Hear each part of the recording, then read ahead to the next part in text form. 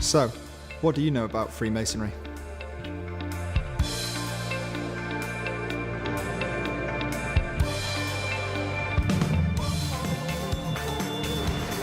He has his friends and I have my friends, but but we get on together well. Yeah, I think I'm a bit of an adrenaline junkie, really. Yeah, to say the least. Occasionally we take a Subaru Impreza on the track.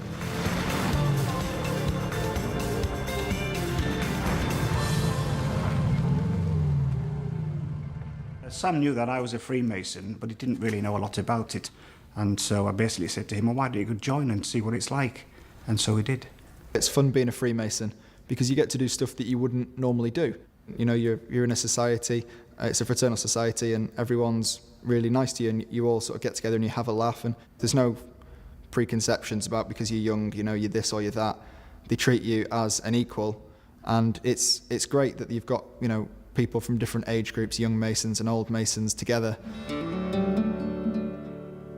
I have a view that life is very short. You don't get much time to encompass everything perhaps you want to do in a lifetime. I'm in the lead. You can't catch me. Don't go too fast because you come off. Oh, he's stuck. Oh, and here he comes. He's coming back at him. I've been a Freemason for 31 years. I make sure I commit a lot of time to my family. A lot of the lodge time is in the evenings or weekends.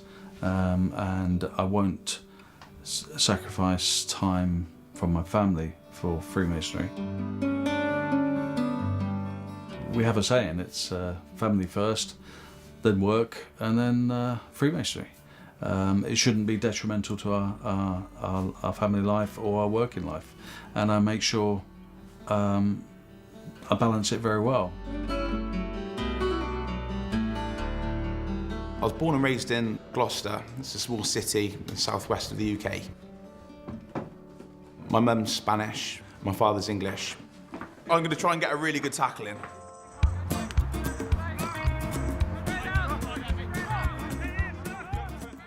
I spoke to my friend and asked about it.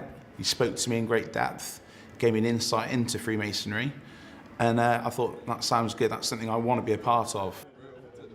The groups of people that you are with, it's called a lodge, and the lodge is just basically a group of friends, young, old, rich, poor.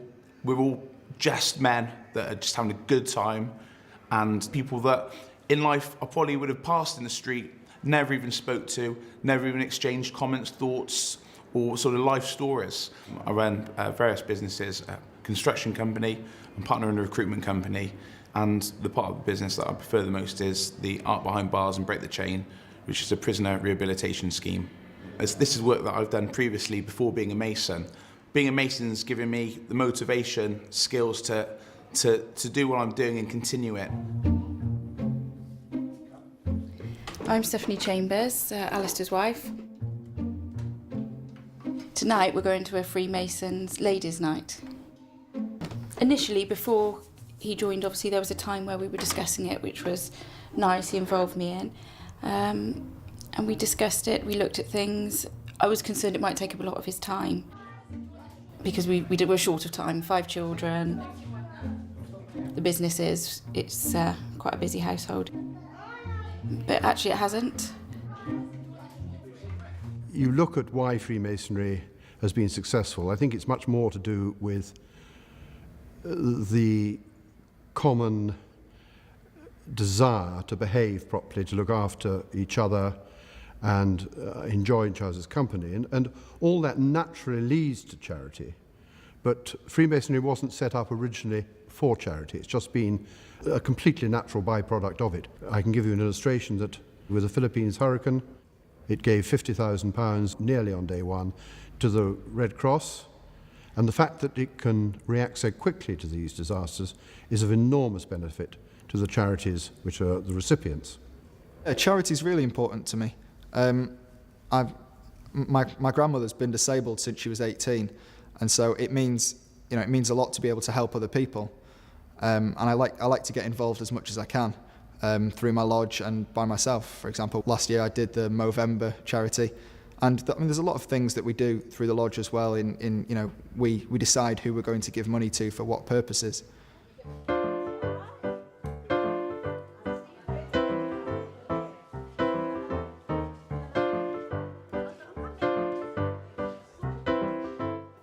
TI was set up in 1842. We cater for dementia care, residential care and nursing care. Today we're making fairy cakes. Sugar in with your margarine. We have quite a bit of fun here one way and another. They're all very different, the people living here, and they all come from different backgrounds. Freemasonry is very much an extended family. When I had to finally give up my flat, that was the worrying part. Where am I going to end? When I saw this room, I thought, oh, it's big. Oh, it's lovely. And from that day onwards, I've kind of come to life again, so. Are we looking after you well? Oh, they call me Mrs. Giggler. I know.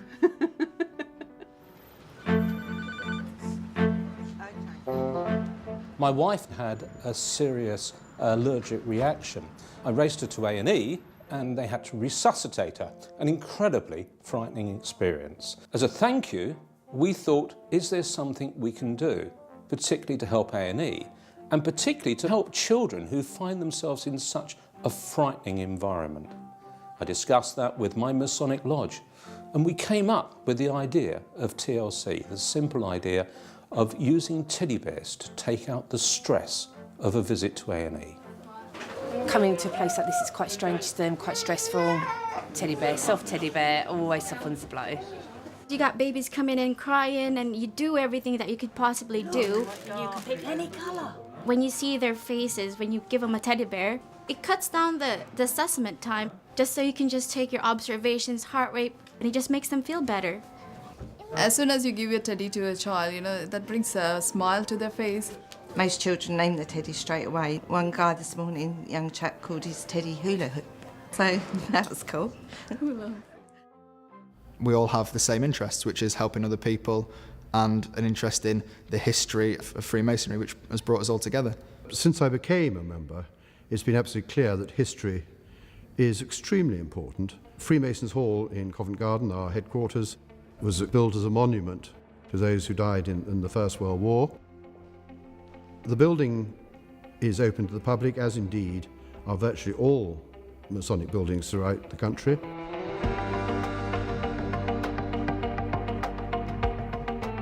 We use the building at Covent Garden, our headquarters, for multiple purposes.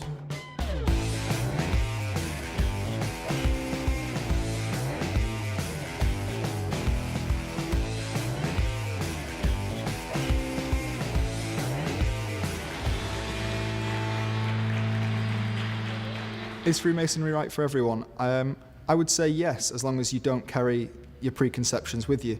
Because there's a lot of people who have a certain way of thinking towards Freemasonry which is based on nothing. But if you open your mind to it and experience it, then absolutely it's for everyone. Everyone likes to have friends, everyone likes to help other people.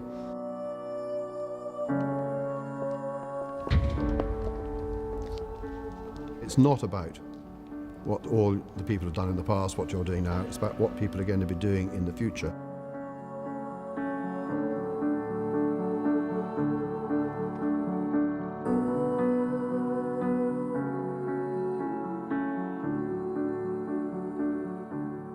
There are no political links. In fact, it's actually banned in a lodge to talk about religion or politics, as those are the two main things that people have such different opinions on. Regardless of how hectic your life is, you can put in and take out what you want to, and that's what I really enjoy. That's what I like about Freemasonry. It's given me more confidence, confidence in my work and in other aspects of my life. You listen to people more, you're more open-minded, you do really become a better person. For me, the value and teachings of Freemasonry have made me the man I am today. I think the one thing that a new person coming into Freemasonry can gain is a perception as to how they should behave towards this world in general. So, what do you know about Freemasonry?